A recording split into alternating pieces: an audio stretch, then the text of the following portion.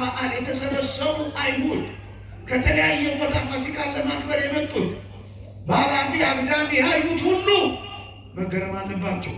አፋቸውን መያዝ አለባቸው። የፎከሩ ማፈር አለባቸው። ቀና ቀና ያሉ ማጎንበስ አለባቸው። አጠፋ ነው ያሉ መጥፋት አለባቸው። ተደስተው የሳቁ ማልቀስ አለባቸው። ዓለም ሲስቅ ሐዋርያቱ ሙሾ እያሟሹ አልቅሰዋል። በፋንታቸው ሙሾ እያሟሹ መደንገጥ አለባቸው። ስለዚህ እነሱ እያሉ ይነሳል። የትም ሳይውቁ ሳይሞቱ አለበለዚያማ ከርሞ ቢሆን ኖሮ የትንሣኤውን ኃይል ለማመን ከባድ ነበር። ሁለተኛ ከረም ብሎ 3 ወር 3 ዓመት 30 ዓመት 300 ዓመት 3000 ዓመት ለምን ሩሩ አይደል እንደ እግዚአብሔር? የተወደዳችሁ ክርስቲያኖች እዩ፣ በጣም በሐዘን የተቀጠቀጡ ወዳጆቿ የክርስቶስን ነገር ካላየን ብለው ምግብ ያርበሉ ያከፈሉ ወዳጆች እኮ አሉ። ከሁሉ በላይ የተወደደች ቅድስት እናቱ በሐዘን እየተቀጠቀጠች የልጇን ነገር ሳታውቅ መሰንበት ነበረባት። ልቧ እንደተንጠለጠለ በሐዘን እኮ ነው የኖረችው። በሐዘን ምኩራባችንን ታበላሻለች ቱታ ሐዘንና መከራ። ጌታችንን ስትጸንስ ስትወልድ ስደት መከራ፣ ከወለደች በኋላ በደናግላን ቦታ ለመቆም ወደ ምኩራብ ስትሄድ ይሄ ቦታ ላንቺ አይገባም ቱጣልን መከራ። አንድ ልጇን ፈረስ ሲነዱባት አይታ መከራ። ታዲያች እናት በሐዘን እንደተንጠለጠለች እንዲሁ ሊተዋት ይገባ ነበር?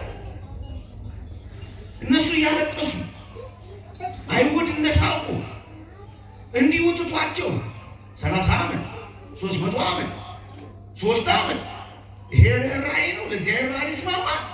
በፍጹም። ቶሎ ተገልጦ ያጽናናቸዋል። አሁን ጥቂት ጊዜ አለ አታዩኝ፣ ጥቂት ጊዜ አለ ታዩኛላችሁ ማለት አለበት። ጥቂት ምዕመናን፣ እኛም ጥቂት ጊዜ ነው እኮ የሚሰወረ። ጥቂት ጊዜ እኮ ነው የእንባ ጊዜ አለ። ጥቂት ጊዜ እኮ ነው የመተው፣ ጥቂት ጊዜ መፍራት፣ ጥቂት ጊዜ ቢያስፈልግ በልዩ ልዩ ፈተና የመፈተን ጥቂት። እግዚአብሔር ለብዙ ዘመን መከራ አሳልፎ አይሰጥም። ያሳረፈ ከዛ እያነሳ እሱ እኮ ነው የሚያደርገው። ስለዚህ ልባቸው እንደተንጠለጠለ መተው ስለሌለበት ነው ብዙ ዘመን በመቃብር ያቆዩ። እነሱም በትንሣኤው መጽናናት ስላለባቸው አሟሟቱ ጥቂት ጠቀስኩላችሁ። እነዚህ ሁሉ እግር በእግር የትንሣኤው ኃይልና ምስክር እውነት እንደሆነ ለማረጋገጥ ይሄድ ነው ጥቂት ርቀት። አቀባበሩ ጋር ልምጣ። አታውቁትም ብያለሁ። እንደ በዓለ ሃምሳ አንድ ቀን እንደ ትንሣኤ ቀን በዓለ ሃምሳው ስለምናስብ ስለምናክር ባለፈው ወደ የተማራችሁትን እየደገምኩትም ከሆነ እንዲሁ ስሙኝ።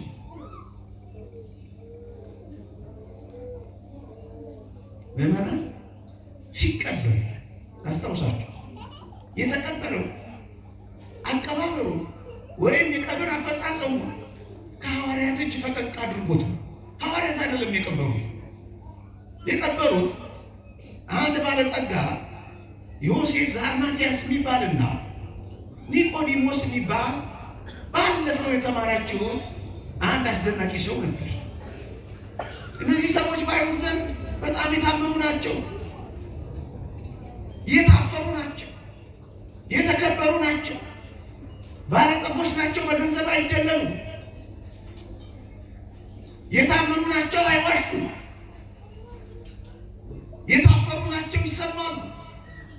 ለምን በእነዚህ ሁለት ሰዎች እጅ መቃብሩን አደረገ? ለምን ሐዋርያት እንዲቀብሩት አላደረገ? ወዳጆቼ ሐዋርያት ቀብረውት ቢሆን ኖሮ ይህ ዓለም ሐሜት አያጣም። ምን ብሎ ደብቀውት እንጂ ቀብረውት እኮ አይደለም። መች አጣን የእነሱን ሥራ ይሉና ትንሣኤውን ያጣጥሉብንና ያናንቁብን ነበር። ስለዚህ አቀባበሩ ከሐዋርያት እጅ አወጣና በእነዚህ ደጋግ ሰዎች እጅ አደረገዋ። ለምን? ተደብቆ ሳይሆን ተነስቶ እንደሆነ ዓለም እንዲያውቅ ነዋ። ለምን?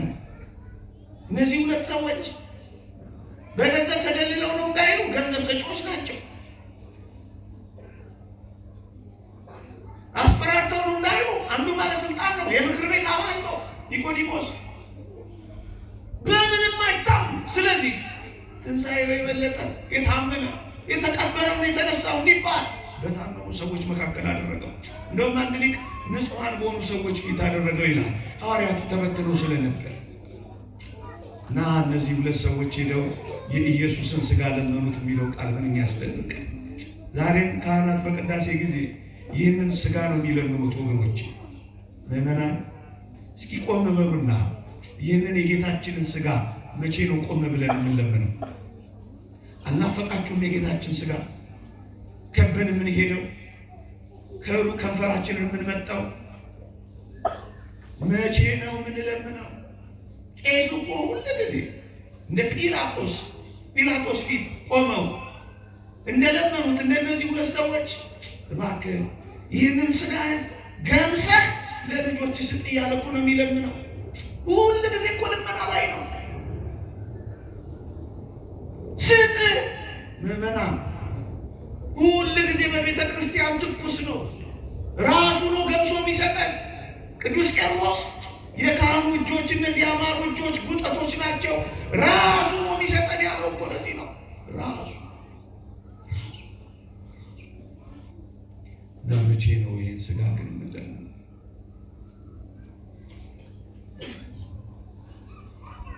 ሰዓት ስለሌለኝ እዚህ ጋር ብዙ አልኩኝ። አቀባበሩን ከሐዋርያት እጅ ፈቀቅ ያደረገው ተደብቆ እንጂ ተነስቶ አይደለም የሚለውን ሐሜት ለማጥፋት ነው። አንድም ትንሣኤው የሚተችና የማይታማ እንዲሆን ሰበብና ምክንያታቸውን ሊያሳጣ ነው። ሌላ ደግሞ አስደናቂ ነገር ልንገራችሁ። ክርስቶስ በአዲስ መቃብር ነው የተቀበረው። ማንም ባልተቀበረበት አዲስ መቃብር። ለምን ይመስላችኋል? ከማንም ሰው ጋር ተቀላቅሎ የኔና የእናንተ ጌታ ያልተቀበረው በአዲስ መቃብር የሆነው ለምን ይመስላችኋል? በንጹህ የአትክልት ቦታ ለምን ተቀበረ? ለምን አዘጋጀው? ለምን መረጠው? ይሄን ምዕመናን አይሁድ አንድ ታሪክ ያውቃል። እዛ መጽሐፈ ነገሥት ካልዕ ምዕራፍ 13 ቁጥር 20 ላይ አደጋ ጣዮችን ሽብርተኞችን የአንዱን ሰው በሞተ ጊዜ መቃብሩ በነቢዩ በኤልሳዕ መቃብር ላይ ጣሉት ይላል። የሞተውም ሰው አፈፍ ብሎ ተነሳ ይላል። በሞት የነቢዩ የኤልሳዕ መቃብር ሲነካ የሞተው ሰው ተነሳ ይላል። እና ሰበበኞቹ አይሁድ ሆዬ ምን ሊሉ እንደሚችሉ ታውቃላችሁ? ይሄ ኢየሱስ የምትሉት መች በራሱ ኃይልና ስልጣን ተነሳ? ወይ የነቢዩ ዕንባቆምን ወይ የነቢዩ ዳንኤልን ወይ የነቢዩ አሞጽን መቃብር ነክቶ እንጂ መች ደግ ሰው ቢነካን የተነሳው ብለው ትንሣኤውን ያጣጥሉብን ነበር። ለዚህ ነው እሱ ባወቀ በአዲስ መቃብር የተቀበረው። በአዲስ መቃብር የተቀበረው። ደግሞ ሌላ ወሬ አለላችሁ እንጂ ጌታ የደግ ሰው መቃብር ነክቶት አይደለም የተነሳው፣ በኃይልና በስልጣን የተነሳው። ሌላ አስነሽ ኖሮት ተነስቶ አይደለም። ነፍሴን ላኖራት ደግሞም ላነሳት ስልጣን አለኝ ያለው ራሱን የተነሳው። ፌንት አድርጎ አይደለም ተነስቶ ነው። ደም አዙሮት አይደለም። የወይን ስካር ለቀቅ አይደለም። ተደብቆ አይደለም። ጌታ በእውነት ተነስቶ ምዕመናን፣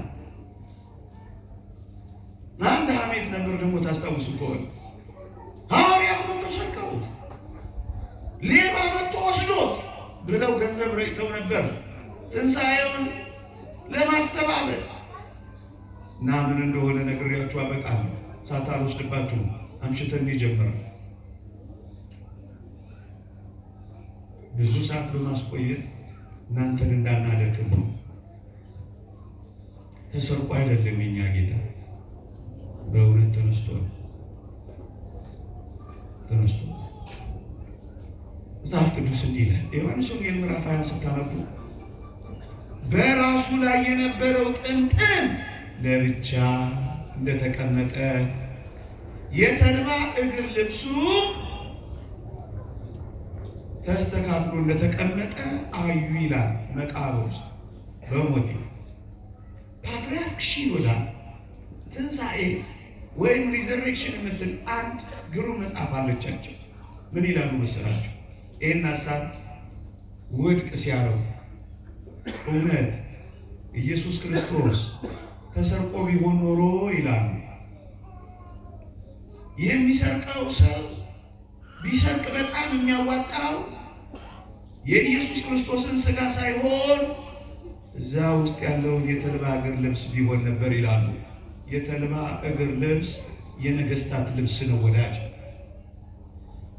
ስለዚህ ለአንድ ለሚሰርቅ ሌባ በጣም የሚያዋጣው የተልባ እግር ልብሱን ቢሰርቅ ነው። ወደ ገንዘብ ቢቀይረው አዋጭ ነው፣ ፊዚብል ነው። የተልባ እግር ልብሱ ታዲያ ለምን ተቀመጠ ተሰርቆ ከሆነ? ሁለተኛ የራስ ጥምጥሙ ለብቻ፣ የተልባ እግር ልብሱ እንደተስተካከለ ለብቻ። ወዳጄ ይላሉ ፓትርያርክ ሺኖዳ፣ ሌባ ከመቼ ጀምሮ ነው አስተካክሎ የሚሰርቀው አተረማምሶ እንጂ ይላሉ። ሶስተኛ የኔና የእናንተ መድኃኒት ሲቀበር ቅድም ያልኳችሁ ባለጸጋ ዮሴፍ በተልባ እግር ልብስ ሲከፍነው ሲገንዘው እንዲሁ አይደለም የገነዙት። ሽቶ፣ የሬት ቅልቅል፣ ከርቤ፣ ከዚያ ሁሉ በላይ ግን በጌታችን ሰውነት ላይ የፈሰሰው ብዙ ደም ነበረ። ከአናቱ የሚፈሰው ደም ታስታውሳላችሁ። ፊቱን እየጋረደው አይኑን እየከለለው መሬትን ማየት ሳይችል እየቀረ ይወላገር ነበረ። ቬሮኒካ ኮና ሻሽ የሰጠችው አታስታውሱ? በአውሮፓ እውነተኛ መልኩ ተቀምጧል። ሻሿ ላይ አትሞ ሰጥቶታል። ምዕመናን ዛሬ መድኃኒት በእኔና በእናንተ ፊት ሁሉ የሚናገረው ሻሽ እንድንሰጠው አይደለም። ዙፋን የሚሆንበት ልብ እንድትሰጠው ግን ይፈልጋል። ማደሪያ የሚሆን ሰውነት ግን ይፈልጋል። ዛሬ ሻሽን ጨርቅም ከኔና ከእናንተ አይፈልግም። ምን ያደርግለታል? አንተንና እኔን ግን የልባችን ደጅ ላይ ሆኖ ይለማመጣል።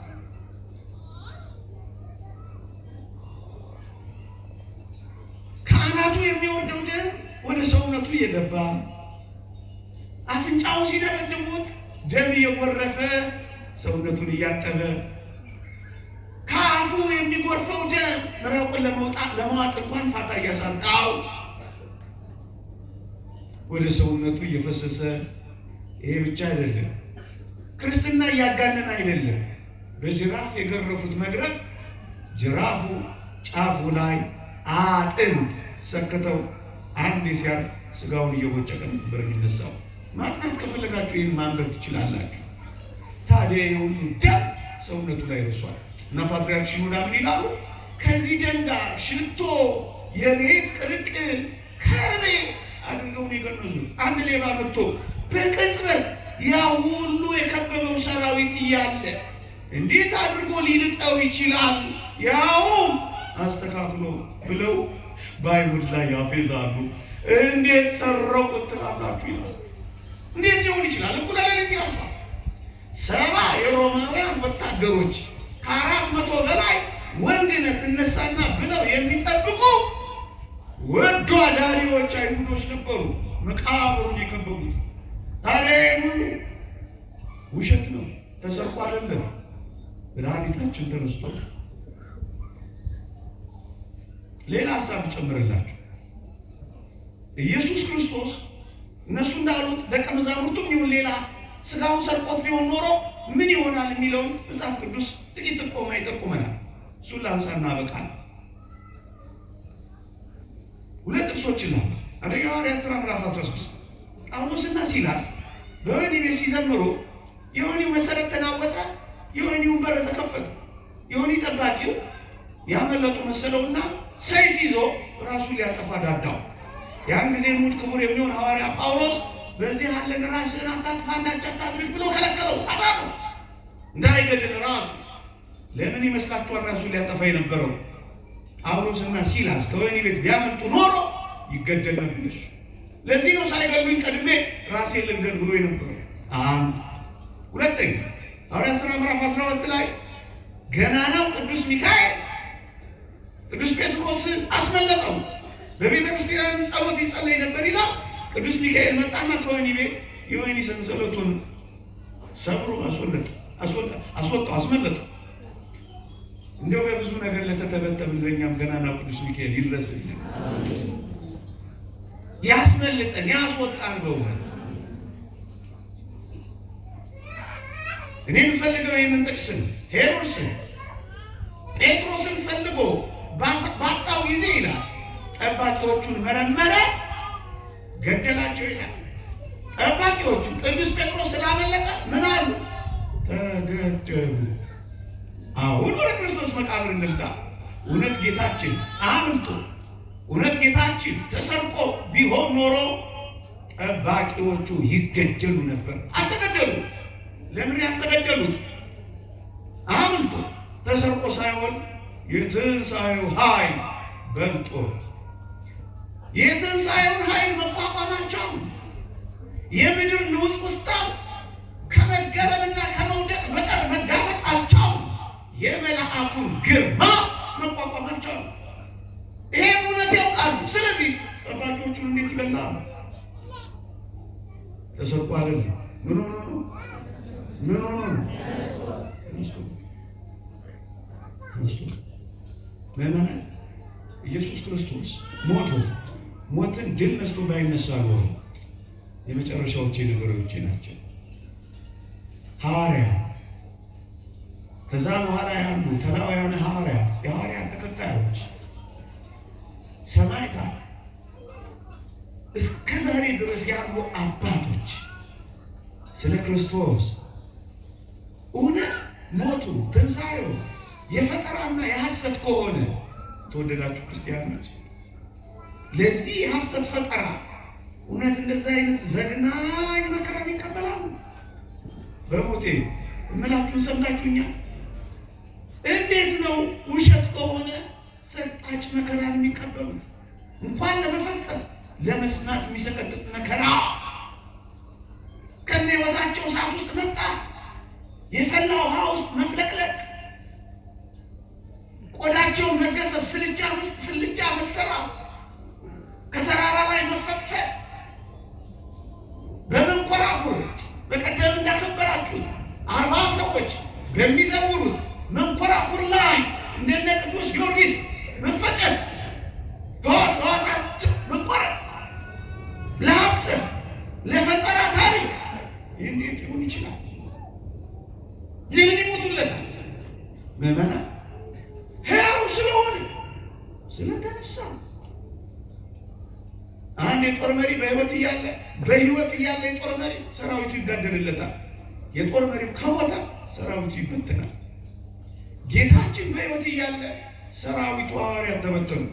ጌታችን ሲሞትና ሲነሳ ሰራዊቱ ተሰበሰቡና መጋደል ጀመሩ። ሕያው ነው፣ ተነስቷል። ምዕመናን እንደው ኢየሱስ ክርስቶስ ሞቶ ከሞት ባይነሳ ኖሮ አንድ አካል አልተነሳም ብሎ ይናገር ነበር። ማን ነው ካላችሁ ሰይጣን ሉሲፈር። ኢየሱስ አልተነሳም ብሎ ለመጮህ ይቀድመው የነበረ ማን ነበር? ታስታውሳላችሁ? ቅዱሱ የናዝሬቱ ኢየሱስ ልታጠፋን መጣህን እያለ ሲጮህ ነበር። እርግጥ ምስክርነቱን አንሰማም፣ ግን ኢየሱስ አልተነሳም ለማለት አያንስም ነበር። አላለም። ምዕመናን ታዲያ ስሙ ሲጠራ አጋንንት እንዴት ይወጣሉ? በሐሰት በውሸት በፈጠራ አይደለም። ጌታ በእውነት ስለተነሳ እንኳን ኢየሱስ ማደሪያዎቹ የሆኑ የቅዱሳን ስም ሲነሳ እንዴት ይሆናል? እንደዚህ ይሆናል አይደለም። ምዕመናን ለምን እኛ ተሰበሰብ? ለምን እኛ ይብዛም ይነስ ጨዋ ለመሆን እንሞክራለን እንዴ? አመንዝራው ንጹሕ ሆነ። ለምን? ክርስቶስ ስለተነሳ። ገዳዮች ሟቾች ሆኑ። ለምን? ክርስቶስ ስለተነሳ። የካዱ አመኑ። ለምን? ትንሣኤ እውነት ስለሆነ። እነዛ ሁሉ ጣዖታት በአንድ ጊዜ ለምን ተንኮታኮቱ? ኢየሱስ ክርስቶስ ስለተነሳ። ዜውስ፣ አርጤምስ፣ አፖሎ እነዚያ ሁሉ ጣዖታት ለምን ፈራረሱ? ለምን ተንኮታኮቱ? ለምን ደነገጡ? የትንሣኤውን ኃይል መቋቋም ስላልቻሉ። ለምን ቤተ ክርስቲያን እዚህ ዘመን ድረስ ዘለቀች? የትንሣኤው ኃይል አብሯት ስላለ። ጌታ ፌንት አድርጓል፣ ተነስቷል። ደም አዙሮት ለጊዜው ወድቆ አይደለም፣ ተነስቷል። ወይን ጠጥቶ እንደ ሰካራ አንዳንዶች እንደሚሉ ወድቆ ስካር ሲለቀው ተነስቶ አይደለም። በእውነት ሞቶ ተነስቶ ነው። ተደብቆ አይደለም፣ ተነስቶ ነው። ሞቶ ተነስቶ። ሌላ ደግ ነቢይ ወይም ሌላ ደግ ጻድቅ ሰው መቃብር ነክቶ ተነስቶ አይደለም። በራሱ ኃይልና ስልጣን ተነስቶ ነው። ተሰርቆ አይደለም፣ ተነስቶ ነው። ለዚህ ነው ክርስትና እስከ ልቀተ ዓለም ማንም የማያስቆመው። ሉቃስና ቀለዮጳ እንደገና ወደ ኢየሩሳሌም ተመለሱ። ጌታችን ልቦናቸውን አበራላቸውና ሲቃጠሉ ክርስቶስን እያሰቡ ለሚኖሩ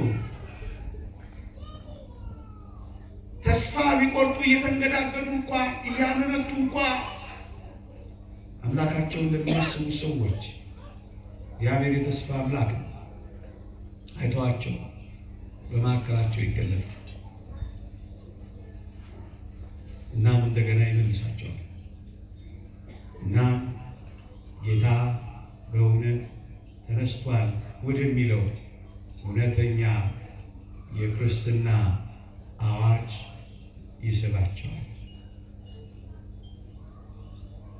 ጌታችን በትንሣኤው ካደረጋቸው ነገሮች በጣም የሚያስደንቀው ይህንን በሙሉ እዩ። የደከሙትን፣ ተስፋ የቆረጡትን፣ የሸሹትን ቀስ እያለ ነው እያረመ የመለሰው። ቅዱስ ጴጥሮስን ተመልከቱ።